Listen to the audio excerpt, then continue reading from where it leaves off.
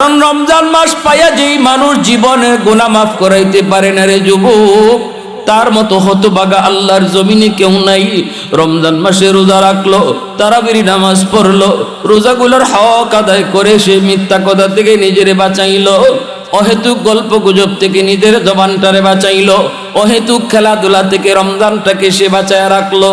না না, রমজানের ভিতরে যদি সে পারছে কোরআন তেলাওয়াত করছে, রমজানের ভিতরে আল্লাহর গোলাম 5 ওয়াক্ত নামাজ মসজিদে যায় পড়ছে, আর যদি কিছু নাও করে কিন্তু কোনো খেলাধুলায় যায় না, ঘুমায় থাকলেও রোজা রাইকে যদি রোজাদার ঘুমায় থাকে, এই ঘুমটাও ইবাদত হয়ে যায়। একটু জোরে কোন সুবহানাল্লাহ, আর একটু জোরে সুবহানাল্লাহ। আল্লাহ পাক রব্বুল আলামিন তিনি এই আয়াতের ভিতরে সূরা ফুরকানের এই আয়াতে ঘোষণা দিয়ে দিয়েছেন, আমার যেই সকল বান্দা তওবা করবে আর বলবে মালিকার সামনে কখনো তোমাকে নারাজ করব না, আমি আল্লাহ তার উপর এত খুশি হই, তার জীবনের গুনাহগুলা শুধু আমি মাফ করি তা না, বরং গুনাহগুলাকে নেকি দ্বারা বদলায়া দেই। একটু জোরে আওয়াজ দিয়ে কন্যা সুবহানাল্লাহ। এজন্য তওবাকারী তওবার দ্বারা সে যত বড় গুনাহগার ছিল আগে, তওবার দ্বারা সে হয়ে যায় তত বড় নেককার। কারণ গুনাহ তার যত বেশি ছিল, নেকিও হয়ে গেছে তত বেশি। সুবহানাল্লাহ জোরে বলেন, বুঝছেন? তওবা করার আগে সে যত বড় গুনাহগার ছিল, তওবা করার পরে সে তত বড় নেককার হয়ে যায়। কারণ গুনাহ যেই পরিমাণ ছিল, আল্লাহ এই পরিমাণ নেকি দিয়া বদলাইয়া দেয়। তাহলে হাসরের মাঠে কেন আল্লাহ গুনাহকে নেকি দ্বারা বদলায়? কারণ হলো হাসরের মাঠে মানুষ যখন ডান হাতে আমলনামা পায়, আমলনামা পাইয়া খুশিতে একে অপরকে দেখায়। যেমন দুনিয়াতে দেখবেন কেউ ভালো রেজাল্ট করলে, ভালো ফলাফল করলে বন্ধু বান্ধবরে কয়, দোস্ত এই যে দেখ আমি জিপিএ 5 পাইছি, আমি গোল্ডেন A+ পাইছি, কত খুশি। তার খুশিতে আত্মীয় স্বজন বন্ধু বান্ধবরে দেখায়। হাসরের মাঠেও আল্লাহর যে বান্দা ডান হাতে আমলনামা পাবে, মানে সে জান্নাতের সার্টিফিকেট দেওয়া হবে ডান হাতে আমলনামা দিয়া, তখন এই খুশিতে সে যারে পাইব হেরেই কইব, দেখ এই যে দেখ আমি ডান হাতে আমলনামা পাইছি। তখন একজন আরেকজনে আমলনামা দেখবো, দেখতে গিয়ে একজনে কইব, কিরে তোর আমলনামার ভিতরে এখানে নেকি আছে, নামাজ আছে, রোজা আছে, সবই আছে, মাঝখানে এতটুকু জায়গা ফাঁক দেখা যায় কেন? এই জায়গায় কোনো লেখা নাই, এখানে গ্যাপ কেন? মনে হয় এখানেই গুনাহ আছিল, এখানেই তোর গুনাহ আছিল। এই গুনাহটা আল্লাহ দয়া করে মাফ করে দিছে, আল্লাহ দয়া করে মাফ করে দিছে। এতটুকু শরম, এতটুকু লজ্জাও যেন তওবাকারীকে হাসরের মাঠে কেউ দিতে না পারে। এজন্য আল্লাহ ওই গ্যাপটাকে আর গ্যাপ রাখবেন না, এটা আল্লাহর পক্ষ থেকে নেকি দিয়া ভরপুর করে দিবেন। সুবহানাল্লাহি ওয়া বিহামদিহি সুবহানাল্লাহিল আযীম। এজন্য তওবাকারী তওবার সাথে সাথে তার নাম আল্লাহর ওলির তালিকায় উঠে যায়। জোরে কোন সুবহান। আলা ইন্না আউলিয়া আল্লাহি লা খাউফুন আলাইহিম ওয়া লা হুম ইয়াহজানুন। আল্লাহ পাক বলেন, তুমি যদি আমার ওলি হতে পারো, শোনো, যারা আমি আল্লাহর ওলি তাদের কোনো ভয় নাই, কোনো পেরেশানি নাই, কোনো ভয় নাই, পেরেশানি নাই। তো তওবার দ্বারাই তো আল্লাহর ওলি হওয়া যায়। খালি মানুষের হক নষ্ট করছো, এটা ফিরাইয়া দাও। আল্লাহর হক নষ্ট করছো, কাজা আদায় করে নাও। তারপরে আল্লাহর কাছে আল্লাহ জীবনে যা ভুল করেছি, অন্যায় করেছি, আল্লাহ আর ভবিষ্যতে করবো না। আল্লাহ রাব্বুল আলামিন তোমার নাম ওলির দফতরে উঠাইয়া দিবে। ওলির দফতরে কেমনে? তোমার আমল নামায় কোনো গুনাহ নাই, খালি নেকি আছে। কই নেকি আইলো কই থেকে? এত নেকি করছেই না। কই নেকি করা লাগবে না, তওবার দ্বারা তার গুনাহ যা আছিল এই গুনাহগুলিরও আল্লাহ নেকি বানাইয়া দিছে। সুবহানাল্লাহ। এজন্য হাসরের মাঠে একদল মানুষ আমলনামা পাইয়া আল্লাহকে কইব, আল্লাহ এই আমলনামা মনে হয় আমার না, তোমার ফেরেশতারা মনে ভুল কইরা আরেকজনেরটা আমারে দিয়ে দিছে। আল্লাহ বলবেন, কেন, কি হয়েছে তোমার এমন মনে হয় কেন? আল্লাহ এমন কিছু নেকি দেখা যায় যেগুলো আমি করছি না। আল্লাহ পাক কইব, কুদরতি মুস্কি হাইসা আল্লাহ বলবে, বান্দারে আমার ফেরেশতারা ভুল করে না, তোমার আমল নামাই তোমারে দিছে, আর একজনেরটা দেয় নাই। আল্লাহতে এত নিকে আইলো কোত্থেকে? তখন আল্লাহ পাক হিসাব তারে বুঝাইয়া দিবে, বান্দা ওই যে ওয়াজ মাহফিলে যাইয়া দিলটা নরম করে কইছিল, আল্লাহ জীবনে যা ভুল করছি মালিক, আল্লাহ আর করবো না। চোখের সামনে তো বন্ধু কবরে চলে গেল, হয়তো আমি বেনামাজি থাকতে থাকতেই আমারও যদি কবরে ডাক চলে আসে, আল্লাহ আজকে রাতে আমি তওবা করলাম, আর নামাজ ছাড়বো না, আর বাপ মারে কষ্ট দিব না, আল্লাহ আর জীবনে রোজা ছাড়বো না। ও বান্দা, তোমার এই তওবাটার উপরে আমি আল্লাহ খুশি হইয়া তোমার সব গুনাহ আমল নামা থেকে মুচ্ছা এই জায়গাটা আমার পক্ষ থেকে নেকি দিয়া ভরপুর করে দিছে। সুবহানাল্লাহি ওয়া বিহামদিহি সুবহানাল্লাহিল আযীম। এজন্যই হযরত আবু বকর সিদ্দিক রাদিয়াল্লাহু তাআলা আনহু হযরত ওমর ফারুক রাদিয়াল্লাহু তাআলা আনহুকে তিনি ডাক দিয়ে বলেন, ভাই ওমর, আমি আবু বকরের মন বলে তোমার জিন্দেগির নেকি আমার চেয়ে অনেক বেশি। হযরত ওমর বলেন, কোন যুক্তিতে? আপনি তো হলেন উম্মতের ভিতরে সেরা, আমার জীবনের নেকি আপনার চেয়ে বেশি হয় কেমনে? সিদ্দিক আকবর বলেন, ভাই ওমর, কোনো যুক্তি নাই, তবে কোরআনের আয়াতের দলিল আছে। কি সেই দলিল? কই দলিল হলো আল্লাহ কোরআনের ভিতরে তিনি জানাইছেন, ইল্লা মান তাবা ওয়া আমানা ওয়া আমিলা আমালান সালিহা ফাউলাইকা ইউবাদদিলুল্লাহু সাইয়্যাতিহিম হাসানাত। ও ভাই ওমর, আল্লাহ এই আয়াতের ভিতরে জানায় দিছে রে, যে মানুষটা তওবা করবে, ঈমান আনবে, নেক আমল করবে, আল্লাহ তার তওবার উপরে খুশি হইয়া তার জিন্দেগির গুনাহগুলাকে আল্লাহ নেকি দিয়া বদলায়া দেয়। এ ভাই ওমর, ইসলাম গ্রহণ করার আগে তোমার আমল নামায় গুনাহ অনেক বেশি ছিল, আমার চেয়ে তুমি গুনাহ বেশি করেছো, তোমার দ্বারা গুনাহ বেশি হয়েছে। কিন্তু ইসলাম গ্রহণ করার পর, তওবা করার পর আল্লাহ পাক রব্বুল আলামিন তোমার ওই বেশি গুনাহটাকে আল্লাহ বেশি নেকি বানায়া দিছে। এতে করে আমি আবু বকরের মন বলে তোমার জীবনের নেকি আমার চেয়ে অনেক বেশি। সাথে সাথে হযরত ওমর ফারুক রাদিয়াল্লাহু তাআলা আনহুর চোখ দিয়ে দর করে পানি পড়ে। হযরত ওমর কান্দেন আর বলেন, ভাই আবু বকর, এত সুন্দর খোঁজখবর তুমি আমাকে দিলা। সাহাবায়ে কেরাম যখন আখিরাতের লাইনের কোনো খোঁজখবর পাইতেন, তখন তারা আনন্দে হাসতেন। যেমন নবী মেরাজ থেকে আসার পরে নবী বলেন, সাহাবীরা শোনো, জান্নাতে আমি এমন একজন মানুষের কথা বলবো, এমন একজন মানুষের কথা বলবো যাকে আমি দেখেছি জান্নাতের 8টা দরজাই তারে ডাকবে, 8টা দরজাই তারে ডাকবে। আমি তোমাদের ভিতরে একজনের নাম জানি, যাকে জান্নাতের 8টা দরজাই তারে ডাকবে। জানোনি, আমি তাকে চিনি, তার বাবার নামও জানি। সুবহানাল্লাহ। সাহাবীরা বলো, আমি কি তার নাম বলবো নাকি?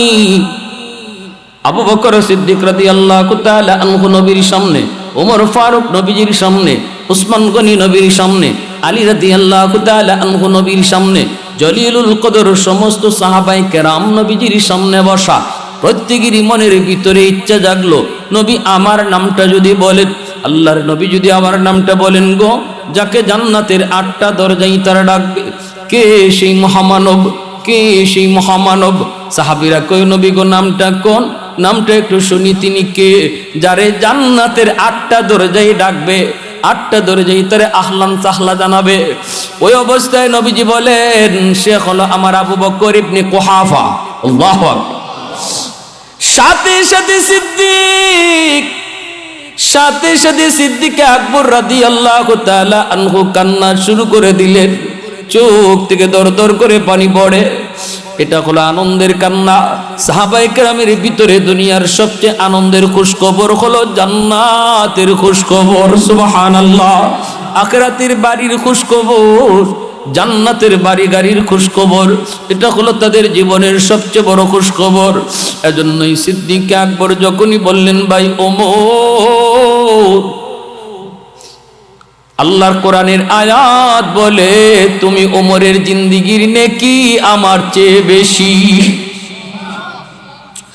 এই কথা বলতেই হযরত ওমর এবার বলতেছেন, চোখের পানিটা মুছে মুছে বলেন, ভাই আবু বকর, এত কিছু আমি বুঝি না, আমি এত কিছু বুঝি না, কেমনে আমার জীবনের নেকি বেশি আমি এত কিছু বুঝি না। তবে আসো, যদি আমার জীবনের নেকি বেশি হয়, দুইজনে জীবনের নেকি বদলা বদলি করি। সুবহানাল্লাহ জোরে কর। আমি ওমর আমার জিন্দেগীর সব নেকি তোমাকে দিয়ে দেব, বিনিময়ে তুমি আবু বকর তোমার জিন্দেগীর সব নেকি লাগবে না গো, শুধু আমাকে একটা রাতের নেকি দিবানি। সিদ্দিক আকবর বলে, ভাই ওমর, কোন রাতের নেকির কথা তুমি বলো রে। সাথে সাথে হযরত ওমর বলে, চোখের পানি মুছেন আর বলেন, ভাই আবু বকর, আমি তোমার জিন্দেগীর ওই রাতের নেকিটা চাই যেই রাতে তুমি আমার নবীকে নিয়ে হিজরত করেছিলা। মোহাব্বতের আওয়াজে কন্যা সুবহানাল্লাহ, আর একটু জোরে সুবহানাল্লাহ। উলফত মে তেরি ওয়াইসি নে দন্দান কো তুরা, बू बकर उमर नक्श कदम तेरा न छूरा, उल्फत में तेरी वैसी ने दंदान को तोरा, बू बकर उमर नक्श कदम तेरा न छोरा, आयुषा के नबी वाक़ियस रार मदीना, सुल्तान का सुल्तान है सुल्तान मदीना, सरकार का सरकार है सरकार मदीना, गुलजार का गुलजार है गुलजार मदीना। अल्लाह ने मक्का ही में ये काबा बनाया, इस काबा का काबा तेरी मरकद को बनाया, अल्लाह ने मक्का ही में ये काबा बनाया, इस काबा का काबा तेरी मरकद को बनाया, ऐसा लम्हा जी चले जा राही मदीना, सुल्तान का सुल्तान है सुल्तान मदीना, सरकार का सरकार है सरकार मदीना, गुलजार का गुलजार है गुलजार मदीना। मोहब्बतेर साथे आवाज दिया सुबहानाल्लाह, और एकटू जोरे अल्लाहु আকবার, और एकटू जोरे बोलेन अल्लाहु আকবার। যখনই সিদ্দিক আকবর বলতেছেন, ভাই ওমর, কোন রাতের নেকি তুমি চাও? কই যেই রাতে আমার নবীকে নিয়ে তুমি হিজরত করেছো, যেই রাতের অপেক্ষায় তুমি 40 রাত ঘুমাও নাই রে আবু বকর, রাতের বেলা তুমি বিছানায় পিঠ লাগাও নাই, দরজার সামনে কান লাগায় দাঁড়ায় ছিলা, কখন জানি আমার নবী এসে তোমাকে আস্তে করে ডাক দিবে, যেন নবীর কষ্ট না হয়, এজন্য 40টা রাত তুমি ঘুমাও নাই। আল্লাহু আকবার। দরজার সামনে কান লাগায় দাঁড়াইছিলা, আমার নবী গভীর রাতে যখন তোমার দরজার পাশে গিয়ে কয় আবু বকর, আস্তে করে আবু বকর করে ডাক দিয়েছে, সাথে সাথে তুমি দরজা খুলে দিয়েছো।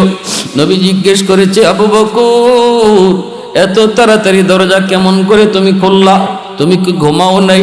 সেদিন বলেছিলেন, নবী গো, ওই যে 40 দিন আগে আপনি বলেছিলেন আবু বকর রেডি তাইকো, যে কোনো একদিন কোনো এক রাতে তোমাকে নিয়ে হিজরত করব, সেদিন থেকে আমি আবু বকর আজও পর্যন্ত বিছানায় রাতে পিঠ লাগাই না। ও ভাই আবু বকর,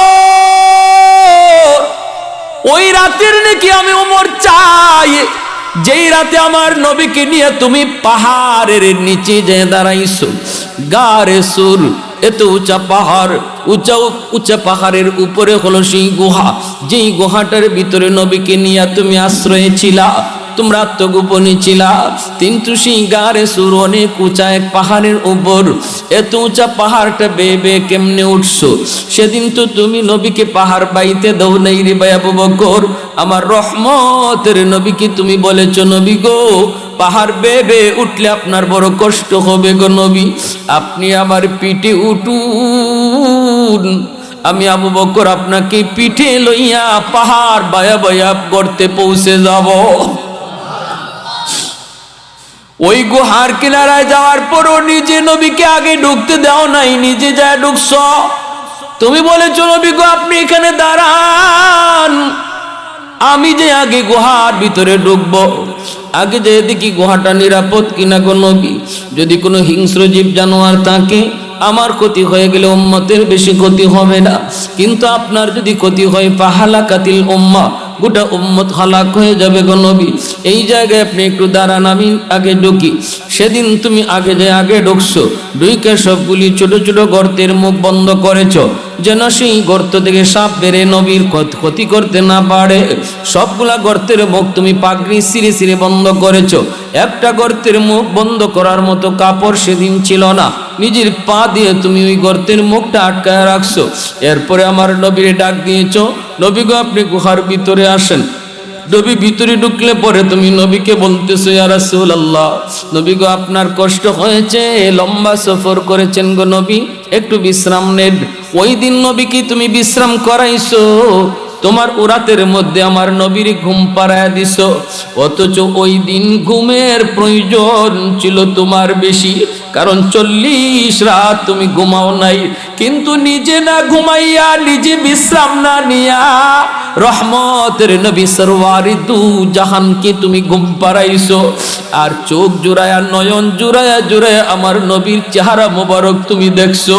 এত কাছে থেকে কেউ নবীর দেখে নেই রে আবু বকর, যতটা কাছে থেকে আমার নবীর নুরানি চেহারা তুমি দেখছো।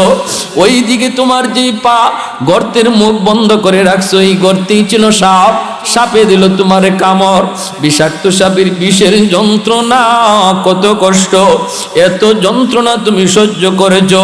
মুখ থেকে আহ উহ শব্দটাও বের করো নাই, কারণ নবী তোমার উরাতে ঘুমাইতেছে। আহ উহ শব্দ বের করলে হয়তো আমার নবীর ঘুমের ডিস্টার্ব হবে। বিষাক্ত সাপের যন্ত্রণা তুমি হজম করেছো দাঁতে কিরিমিরি খায়া, বডিটা নড়াচড়া করো নাই, বডিটা পর্যন্ত একটু নড়াচড়া করো নাই, কারণ নবীর ঘুম ভেঙে যাবে। ওই রাতের নেকিটা শুধু আমি উমর চাই, বাকি আমি উমর আমার জিন্দেগির নেকি তোমাকে দিয়া দিব। একটু জোরে আওয়াজ দিয়া কন্যা সুবহানাল্লাহ, আর একটু জোরে সুবহানাল্লাহ। सिद्दीक तेरा नाम से इस्लाम रहेगा, सिद्दीक तेरा नाम से इस्लाम रहेगा, दुनिया की सदाकत में तेरा नाम रहेगा, फारूक तेरा नाम से इस्लाम रहेगा, दुनिया की अदालत में तेरा नाम रहेगा, दुनिया की अदालत में तेरा नाम रहेगा। একটু জোরে সুরে বলেন আল্লাহু আকবার, আর একটু জোরে আল্লাহু আকবার। ভাইরা বন্ধুরা দেখেন, হযরত ওমর ফারুক রাদিয়াল্লাহু তাআলা আনহুর অন্তরে কি পরিমাণ ভয়, অথচ দুনিয়া থাকতে জান্নাতের সার্টিফিকেট পাইছেন, দুনিয়া থাকতে জান্নাতের সার্টিফিকেট পাইছেন। আল্লাহর নবী জান্নাতের সার্টিফিকেট দিয়ে দিয়েছেন, আবু বকর ফিল জান্নাহ, ওমর ফিল জান্নাহ, উসমান ফিল জান্নাহ, আলী ফিল জান্নাহ। আল্লাহর নবী কিন্তু এইভাবে 10 জন সাহাবীকে দুনিয়া থাকতেই জান্নাতের সার্টিফিকেট দিলেন। সেই ওমরের দিলের ভিতরে ভয়, কি পরিমাণ ভয়, হায় রে আমি কোথাও আটকে যাই, হায় রে আমি কোথাও আটকে যাই। নবীর সাহাবী হযরত হুযায়ফা রাদিয়াল্লাহু তাআলা আনহু, তিনি তো এরকম সাহিবুস সিররি ওয়াল আখফা, নবীজি তার কাছে মুনাফিকের লিস্টি দিয়া গেছিলেন। এনাকে দেখলেই হযরত ওমর ভয় পাইতেন, দেখলেই ভয় পাইতেন, দেখলেই ভয় পাইতেন। একদিন রাতের বেলা তিনি ঘুমাইতে পারেন না, ওমর ঘুম থেকে পাগলের মতো উঠে গেছেন, দৌড়াইয়া নবীর সাহাবীর বাড়ির সামনে যে হাজির। দরজা খুলছেন ফজরের সময়, ডাকও দেন না। দরজার সামনে দাঁড়িয়ে অর্ধ পৃথিবীর বাদশাহ ওমর দাঁড়ায় আছেন। নবীর একজন সাহাবী, কে এসে যার কাছে নবীজি মুনাফিকের তালিকা দিছেন, মুনাফিকের তালিকা দিছেন, আর নবী বলছেন আর কাউকে বলবা না। এই মদিনার ভিতরে কারা কারা মুনাফিক আমি তোমাকে জানায় গেলাম। আল্লাহ নবী তালিকা তার কাছে দিয়া গেলেন। এই জন্য হযরত ওমর ভয় পাইতেন না জানি আমি ওমরের নাম এই তালিকায় আছে কিনা। এই ভয় তার অন্তরে থাকতো, এই ভয় অন্তরে থাকতো। ফজর পর্যন্ত দাঁড়ায় আছেন সাহাবী, দরজা কইলা দেখেন খলিফাতুল মুসলিমিন আমিরুল মুমিনিন তিনি দাঁড়ানো। কি খবর এত কষ্ট এত রাতে আপনি আমার দরজার সামনে, ঘটনা কি? বুকে জড়ায় কান্দেন আর বলেন ভাই একটু বল, আমি উমরের নামটা কি মুনাফিকের খাতায় আছে নাকি একটু কও, আমার ঘুম হয় না, ঘুম হয় না। সাথে সাথে সাহাবী কই না গো নবীর সাহাবী, আপনার ব্যাপারে তো আল্লাহর নবী জান্নাতের সার্টিফিকেট দিয়া দিছে, জান্নাতের সার্টিফিকেট আপনার ব্যাপারে, আপনি এই টেনশন কেন করেন? হযরত রাসূল করিম সাল্লাল্লাহু আলাইহি ওয়াসাল্লামের নাতি হুসাইন রাদিয়াল্লাহু তাআলা আনহু ছোট্ট বালক, আর হযরত ওমরের সন্তান ইনিও ছোট্ট, খেলাধুলা করতেছেন এক মাঠে। হুসাইন ওমরের ছেলেকে একটা গালি দিছে। বাচ্চারা খেলাধুলা করলে মাঝে মাঝে একটু টুকটাক ঝগড়াঝাটি হয়। হুসাইন গালি দিয়ে বলছেন গোলামের ফুত গোলাম। এই গালিটা শোনা মাত্রই হযরত ওমরের ছেলে তিনি দৌড়ে বাপের কাছে এসে নালিশ দিয়ে দিছে, আব্বা হুসাইন আমারে গোলামের ফুত গোলাম কইছে। হযরত ওমরও খেপে গেছেন, কও কি? হুসাইন আমারে তোমারে গোলাম কইছে, আমারও গোলাম কইছে। গোলামের ফুত গোলাম কইলে আর বাপ আর বাকি থাকে নাকি? বাপ তো বাকি থাকে না। তো আল্লাহ রসুল সাল্লাল্লাহু আলাইহি ওয়াসাল্লাম, রসুল করিম সাল্লাল্লাহু আলাইহি ওয়াসাল্লামের নাতি হুসাইন রসুলেরও কলিজার টুকরা, গালি দিয়া বসছে একটা ডাটা গালি। গালি হলো হুসাইন, ও তিনি বলতেছে হযরত ওমরের ছেলেকে তুমি গোলামের ফুত গোলাম। হযরত ওমর খেপিয়া আলী রাদিয়াল্লাহু তাআলার কাছে বিচার পাঠাইছে, আলী তোমার ছেলে হুসাইনকে জিগাও তো, সে কি আমার ছেলেরে গোলামের ফুত গোলাম কইছে নাকি? হযরত আলী যাই জিজ্ঞেস করতেছে, বাবা তুমি কি ওমরের ছেলেকে গোলামের ফুত গোলাম কইছো? সাথে সাথে ইমাম হুসাইন ছোট্ট বালক, কিন্তু ইনি বলতেছে হ বাবা আমি গোলামের ফুত গোলাম বলছি, গোলামের ফুত গোলাম বলছি। বিন্দু পরিমাণও মিথ্যার আশ্রয় নেন নাই। মিথ্যা কথা কওয়া তো এটা আমাদের ট্রেডিশন, এটা আমরা পাইয়ে আইছি। কিন্তু নবীর যুগে, নবীর সাহাবীদের যুগে শিশু বাচ্চারাও মিথ্যা কথা কইতো না, ঠিক কিনা জোরে বলেন? মিথ্যা কথা কইতো না। আর আমরা এখন মুরব্বী হইলেও মিথ্যা কথা ছাড়ি না, আসেনি না নাই? অথচ আল্লাহ রাসূল সাল্লাল্লাহু আলাইহি ওয়াসাল্লাম বলছেন মিথ্যা কথা কখনো মুসলমান। সাহাবী জিজ্ঞেস করে নবী গো মুসলমান কি জিনা করতে পারেনি? নবী কো পারে, শয়তানের ধোঁকায় পড়লে ওই যেতে পারে। সাহাবী জিজ্ঞেস করে নবী গো মুসলমান কি চুরি করতে পারেনি? আল্লাহ নবী কো এটা হইতে পারে, শয়তানের ধোঁকায় পড়ে করে ফেলতে পারে। সাহাবী জিজ্ঞেস করে রাসূলুল্লাহ মুসলমান কি মদ খাইতে পারে? রাসূল কো পারে। এরপরে সাহাবী কয় মুসলমান কি মিথ্যা কথা কইতে পারে? আল্লাহ নবী কয় অসম্ভব, মুসলমান মিথ্যা কথা কইতে পারে না। তাহলে বুঝেন কত বড় অপরাধ। ইমাম হুসাইন ছোট বালক, বাবা যখন জিজ্ঞেস হ্যাঁ বেটা তুমি নাকি ওমরের ছেলেকে গোলামের ফুত গোলাম কইছো? আমরা হইলো কইতাম কেডা কইছে, কোন হালার ফুতে কইছে, এটা ধরে লইয়া আমার কাছে কইতাম না, কইতাম না। আরো উপরে বড় বাহাদুরি করে কথা কইতাম, মনে করতাম কথাটা ঘুরাই দিই।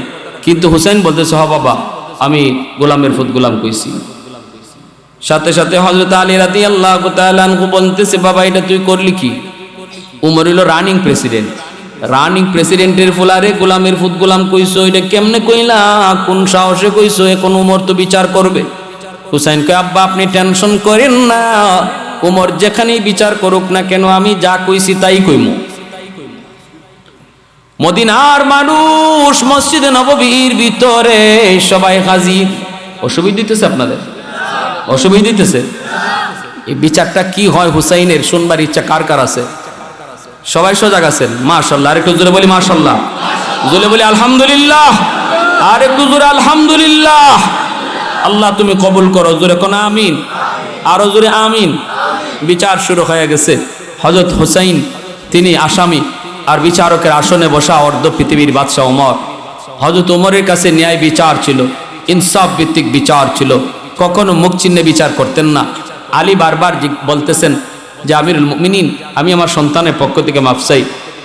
আর তখন হযরত ওমর ফারুক রাদিয়াল্লাহু তাআলা বলেন, আলী টেনশন করো না, দোষ করবে একজন, মাফ চাইবা আরেকজন, এটা রসুলের কোন বিচারও আছে? হ্যাঁ, একজনে দোষ করবো আর মাফ চাইবা আরেকজনে, এটা তো হইতেই পারে না। দোষ করছে হুসাইন, তুমি মাফ চাইবা কেন? আলী রাদিয়াল্লাহু তাআলা ভয়ে আছেন, নবীজির কলিজার টুকরা মেয়ে ফাতেমা ইনিও ভয় পাইতেছেন, ভয়ের ভিতরতে কাঁদতেছেন। কারণ ওমর তো এমন মানুষ যিনি ন্যায় বিচার করতে যায় নিজের সন্তানকে মেরেই ফেলেছেন। আবু শাহমা হযরত ওমরের ছেলে, মুখ থেকে দুর্গন্ধ বের হয়েছিল, অনেকে এই অভিযোগ দিছে আপনার পোলায় মদ খাইছে। খলিফাতুল মুসলিমিন হযরত ওমর তিনি আবু শাহমারে ডাক দিয়ে আনছেন, বাবা তুই নাকি মদ খাইছো? না বাবা, আমি নাবিজ খাইছি। নাবিজ কি? খেজুর ভিজায় রাখা সন্ধ্যার সময় আর ফজরের সময় এই রসটা খাওয়া, খাইলে শরীরে এনার্জি হয়। কিন্তু ফজরের সময় কেউ না খাইয়া যদি এটা আরো লেট করে খায় তখন এর ভিতরে একটু নেশা চলে আসে। তো ওমরের ছেলে আবু শাহমা একটু লেট করে খাইছেন, কোনো ব্যস্ততার কারণে। নেশা হোক এটা মনে করে না, কিন্তু একটু নেশা হয়ে গেছিল। আর হযরত ওমর কাছে আইনা যখন নাক দিয়ে শুঙ্গে দেখেন মদের গন্ধ করে, সাথে সাথে জল্লাদের আদেশ দিয়েছেন, তাড়াতাড়ি চাবুক নিয়ে আসো। আর বলছেন, মদিনার মানুষ এবার দেখবা উমরকে খালি তোমাদের ব্যাপারেই বিচার করে নাকি উমর তার সন্তানের ব্যাপারেও বিচার করে। ছেলে শুধু বারবার কইতেছে, আব্বা আমি মদ জানি না খাই নাই, আব্বা আমারে মাফ করেন, আমি মদ জানি না খাই নাই, আমি তো নাবিজ খাইছিলাম, এটা যে একটু নেশা হয়ে গেছে আব্বা জানি না। কিন্তু হযরত ওমর মানতে রাজি না। জল্লাদকে বললেন 80টা বেত লাগাও, 80টা দুর্রা, 80টা বেত লাগাইব। জল্লাদ 3টে মারছে, 3টে মারার পরেই হযরত ওমর জল্লাদরে ঠেলা দিয়ে মেরে ফেলাই দিছে। কহর এটা কের বেত? আমার ফুট দিকে তুমি মনে হয় দরদ দেখায় মারো, এটা কোনো বেতই না, এটা চাবুক নামিয়ে সর, চাবুক আমার হাতে দাও। হযরত ওমর চাবুক হাতে নিয়ে নিছেন। মদিনার মানুষ দেখতেছে, চাবুক মারা শুরু করলেন নিজের সন্তানকে। 80টা মারেন নাই, 40টা মারার পরে ওই সন্তান অজ্ঞান হয়ে মাটিতে পড়ে গেছে। কারণ তিনি বলছিলেন জল্লাদের 3 চাবুক, জল্লাদ 3টা মারছে, জল্লাদের 3টে আর আমার একটা, অর্থাৎ তার 3 চাবুকে 1 হইছে। জল্লাদে মারছে 3টা, এরপরে উনি যখন চাবুক মারবেন 4 নাম্বার কোয়ার কথা না, কিন্তু উনি চাবুক মারে কইতেছেন 2। কেন 2? জল্লাদের 3টা, একটা হইছে আমার একটা, এইবার দ্বিতীয় একটা, এইভাবে কইয়া 40টা চাবুক মারতেই ছেলে অজ্ঞান হয়ে মাটিতে পড়ে গেছে। মা আইসা হাত দুইরা পায়ে দুইরা মাপ চাইতেছে আর বলতেছে, স্বামী গো, আমার সন্তানের বিনিময়ে আমি 100টা উট আল্লাহর রাস্তায় কোরবানি দিয়ে দিব, তবু আমার সন্তানের জানটা বাঁচাও। হযরত ওমর বলেন, সরো, এখানে কোনো দরদ চলবে না। স্ত্রীকে সরায় দিলেন। এরপর চাবুক মারতে মারতে 80টা দুর্রা মারেন নাই, 60টা মারছেন, ছেলে মরে গেছে। এই ছেলেকে হযরত ওমর নিজে গোসল করাইছেন, কাফন পরাইছেন, কাফন পরাইয়া দাফন করেছেন, কবরস্থ করেছেন। মদিনার মানুষ দেখছে ওমর কাকে বলে, ওমরের বিচার কি। দাফন করছেন, কবরে রাখার পরে কবরের উপরে আল্লাহকে সাক্ষী রেখে বলেন, মালিক 20টা চাবুক বাকি রইছে, মারতে পারি নাই, ছেলে আমার মরে গেছে। আল্লাহ, হাসরের মাঠে আমি ওমরকে যেন তোমার আদালতে জবাবদিহিতায় শামিল হতে না হয়, আরো 20টা চাবুক আমি তার কবরের উপরে মারলাম। নারায়ে তাকবীর, নারায়ে তাকবীর, দ্বীন ইসলাম আর আনসার ইসলামী যুব সংঘ, আল্লামা নাসিরউদ্দিন আনসারী সাহেব, নারায়ে তাকবীর। প্যার হাজিরিন, দেখছেন ইসলামের বিচার ব্যবস্থা কত সুন্দর। ইসলামে মুখ চিহ্নে বিচার নাই, গোষ্ঠী চিহ্নে বিচার নাই, টাকা খায়া বিচার নাই। যদি সমাজ ব্যবস্থার মধ্যে ইসলাম প্রতিষ্ঠা পায়, সামাজিকভাবে যদি উলামায়ে কেরাম নেতৃত্বে আসে, উলামায়ে কেরামের কাছে যদি বিচার ব্যবস্থা থাকে, তাহলে কখনো দুর্নীতি হবে না, বেইনসাফি হবে না, জুলুম হবে না, অবিচার হবে না। কারণ তাদের চোখের সামনে নবীর সাহাবায়ে কেরামের বিচার ব্যবস্থার রুল রয়েছে। ঠিক কিনা জোরে বলেন? উলামায়ে কেরামের চোখের সামনে তাদের নজির রয়েছে। প্যারে হাজিরিন, নেতৃত্ব একটা পবিত্র জিনিস। এই পবিত্র জিনিসকে কিছু মানুষ নাপাক করে ফেলেছে। পবিত্র জিনিস নেতৃত্ব দিয়েছেন আমার নবী, নেতৃত্ব দিয়েছেন আবু বকর, নেতৃত্ব দিয়েছেন ওমর, নেতৃত্ব দিয়েছেন ওসমান, নেতৃত্ব দিয়েছেন আলী। অতএব নেতৃত্ব পবিত্র মানুষগুলার কাজই ছিল। আজকে সমাজ খারাপ মানুষের কারণে এই পবিত্র জিনিসটা আজকে অপবিত্র হয়ে গেছে। ঠিক কিনা জোরে বলেন? এজন্য আল্লাহ নবী বলেছেন, শেষ জমানায় তোমাদের নেতা হবে এমন মানুষ যে সমাজের সবচেয়ে নিকৃষ্ট, সমাজের সবচেয়ে খতরনাক, কম জাতের গড়ের কম জাত, হে হইব সমাজের নেতা। এটা কিয়ামতের আলামত, এটা কিয়ামতের আলামত। সম্মানী মানুষকে সম্মান দিব। আর উলামায়ে কেরাম হলো সমাজের সবচেয়ে সম্মানী। এই সার্টিফিকেট আমি দেই নাই, এটা আল্লাহ দিয়েছেন।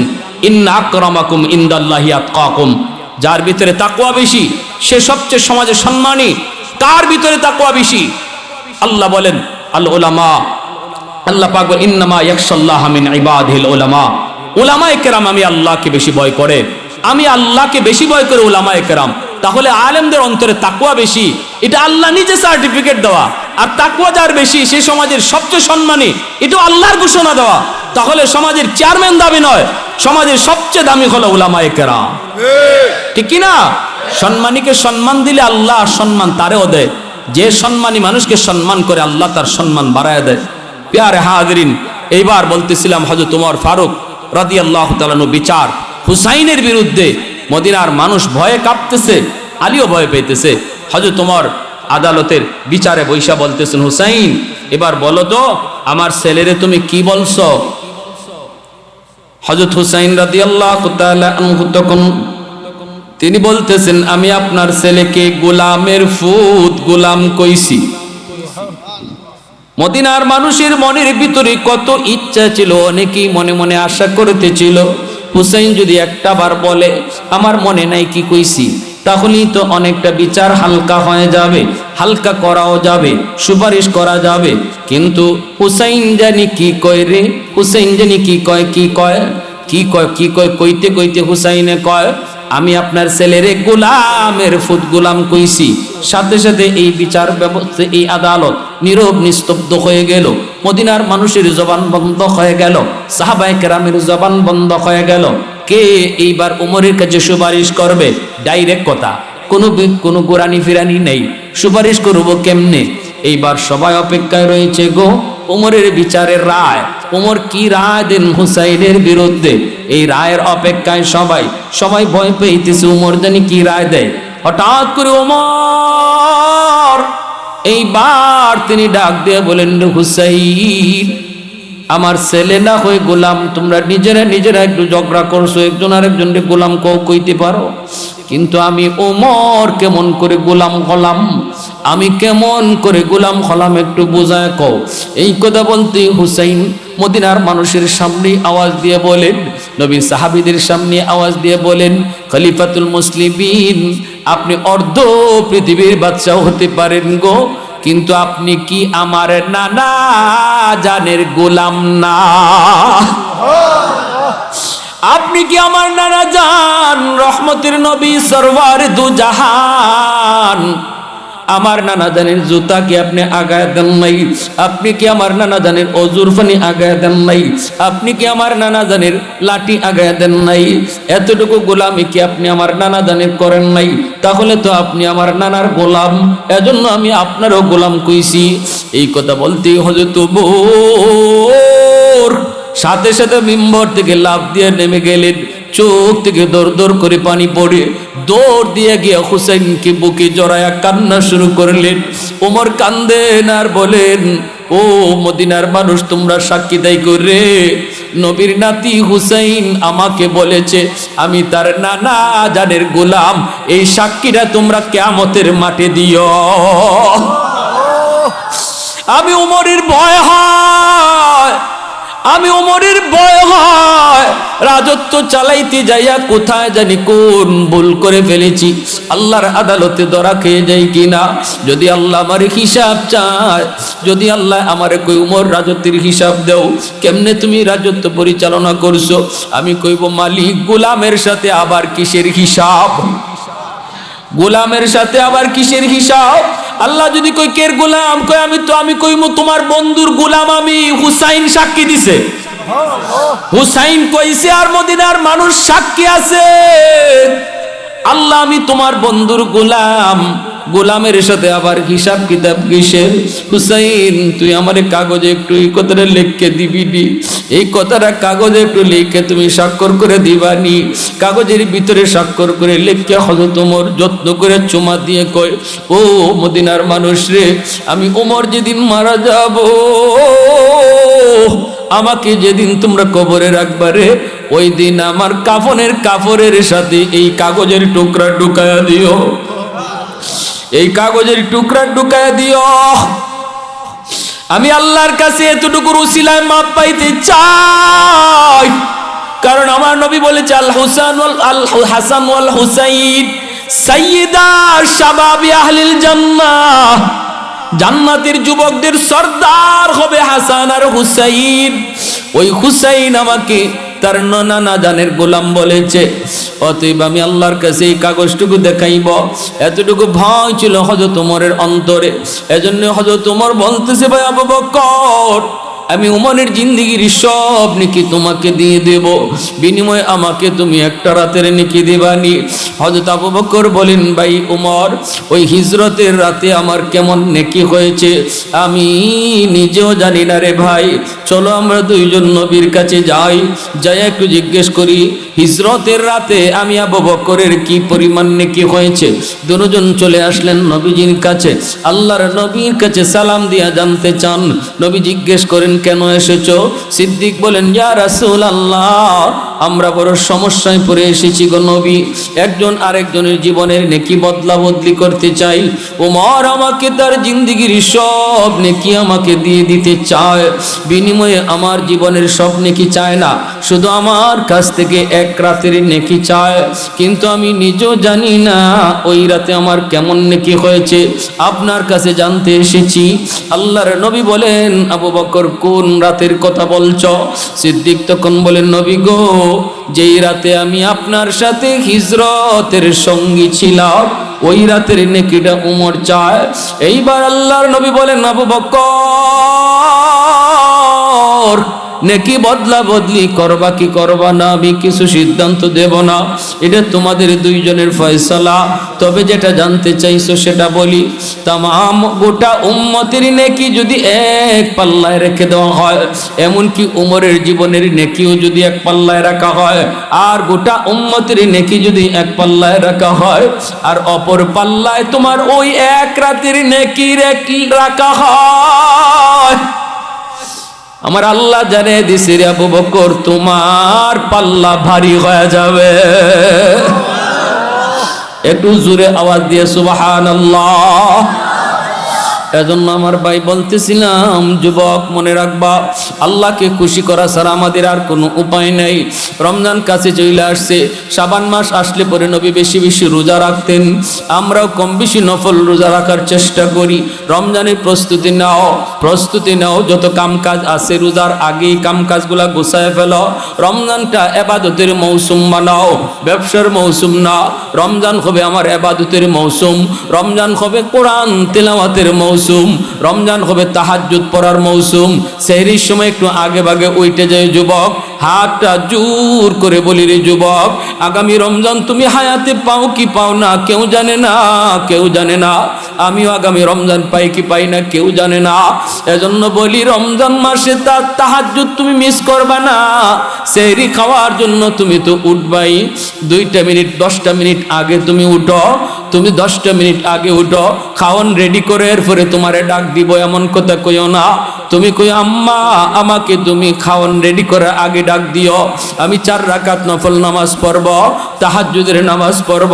4টা রাকাত নফল নামাজ তাহাজ্জুদের নামাজটা পড়ে তুমি সেহরিটা খাও, এরপরে ফজরের নামাজটা মসজিদে পড়ো। যুবক জানো না, গত রমজান হয়তো তোমার মতো অনেক যুবক দুনিয়ায় ছিল, আজকে তারা দুনিয়াতে নাই।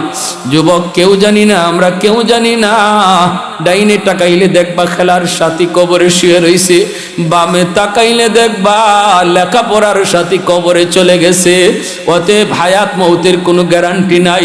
জীবনের শেষ রমজান মনে করে এই রমজানটারে কদর করো, রোজার হক সহকারে আদায় করো, আর তাহাজ্জুদ পড়ো, কোরআন তেলাওয়াত করো। প্রত্যেকে অন্তত 1 খতম কোরআন খতম করার নিয়ত করো। পারি না ইনশাআল্লাহ?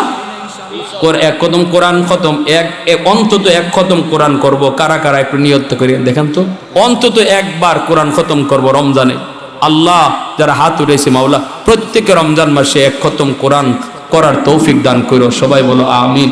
আর আমরা তাহাজ্জুদের নামাজ পড়ব ইনশাআল্লাহ। রোজাগুলি রাখবো, রোজার মাঝে রোজা মুখে নেওয়া অবস্থায় বেহুদা কথা বলবো না, বন্ধুদের সাথে অহেতুক কথাবার্তা গল্প গুজবে শরিক হব না, টাইম পাস করার জন্য খেলাধুলায় যাব না। আমরা যদ্দূর পারি নীরব থাকবো, তবু নীরব থাকাটাও রোজা রাখা অবস্থায় সওয়াবে গণ্য হয়ে যাবে যদি আমরা হারাম কাজে জড়িত না হই।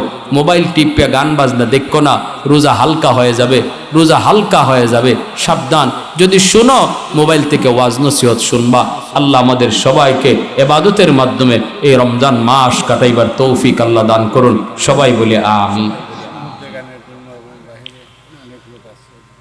মুর্দে গানের জন্য দোয়া করি, প্রবাসী যারা আছে তাদের জন্য দোয়া করি। আস্তাগফিরুল্লাহ আল্লাযী লা